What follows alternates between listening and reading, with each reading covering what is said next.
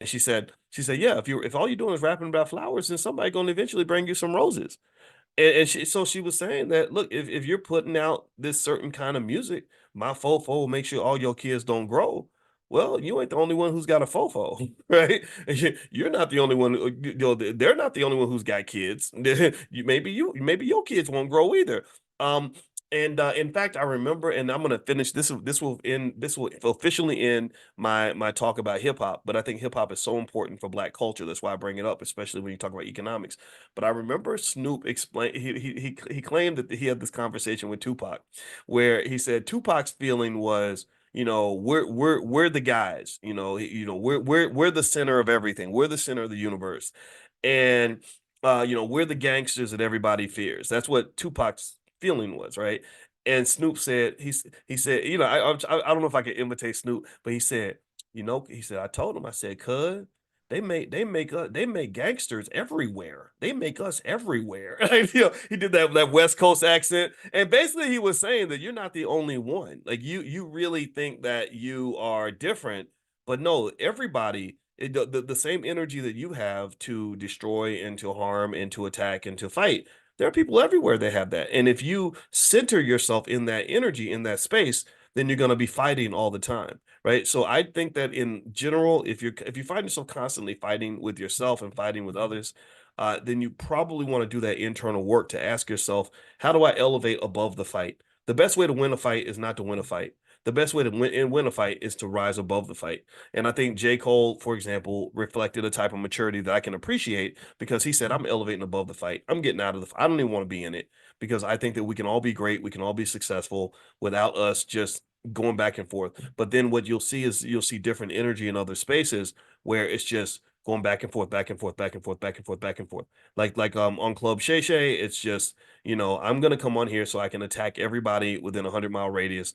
And smarter people, like I think Dave Chappelle said, why would we all fight each other? We're all in this together. We're all Black comedians trying to survive. We're all trying to get our audience, and you're dividing our audiences. Now people don't feel like I can be a fan of Cat Williams and be a fan of Steve Harvey. I gotta choose, because people are taking cues from this kind of behavior. And I agreed with Dave. I did, but maybe some people don't agree. I mean, fighting is very entertaining. It's very entertaining. That's the thing about it. And white people love to see Black people fight. They really do. I think that they like to put us on TV and just let us go at it. Anybody remember Jerry Springer?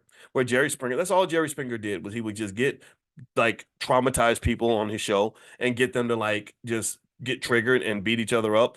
And that's how he probably made, $500 million doing that. Right. So there are people that live in the cage, and then there are people who build the cage, who manage the cage, who are standing on the outside of the cage and making sure that they're stirring up shit inside the cage. And I think that with our community, that's what it is. You have people in the cage that are fighting, but nobody asks themselves, nobody becomes conscious enough to go to that fourth dimension to say, who's managing the cage? Who built the cage? Who made we're all trying to kill each other in the projects. Well, who built these projects? Who designed things in such a way that we're all locked in this cage and we're fighting each other?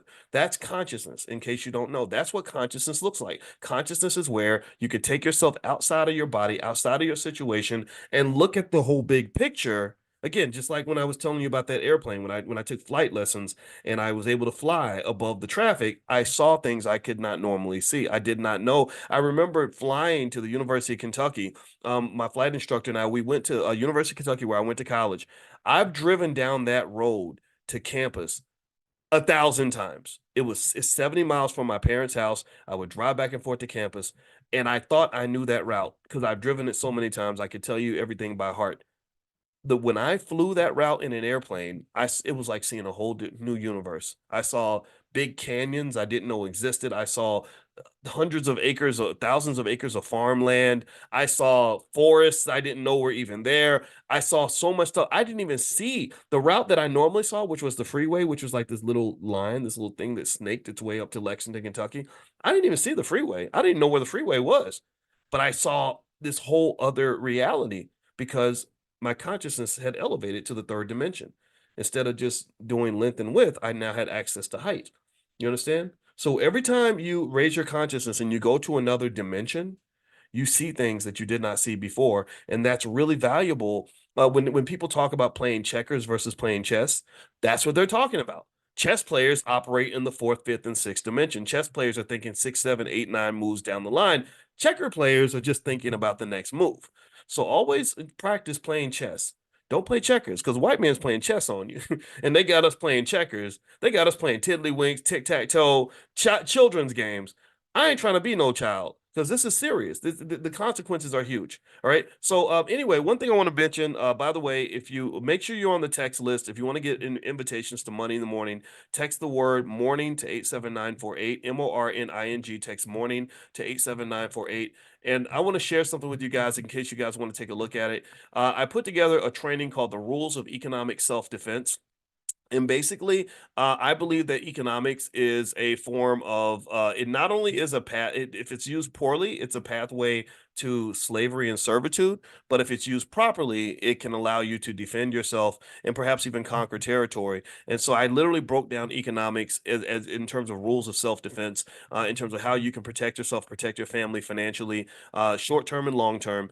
So there's a 70% discount here if you guys want to take a look at that. I'm going to put the link into the chat and I'll also text it out to you a little bit later on today. So feel free to take a look at that training. A lot of people like it, and it was something I did a couple years ago, and all of it's yours. It's yours for life. You can share it with your whole family. I think the price is about $59 or something.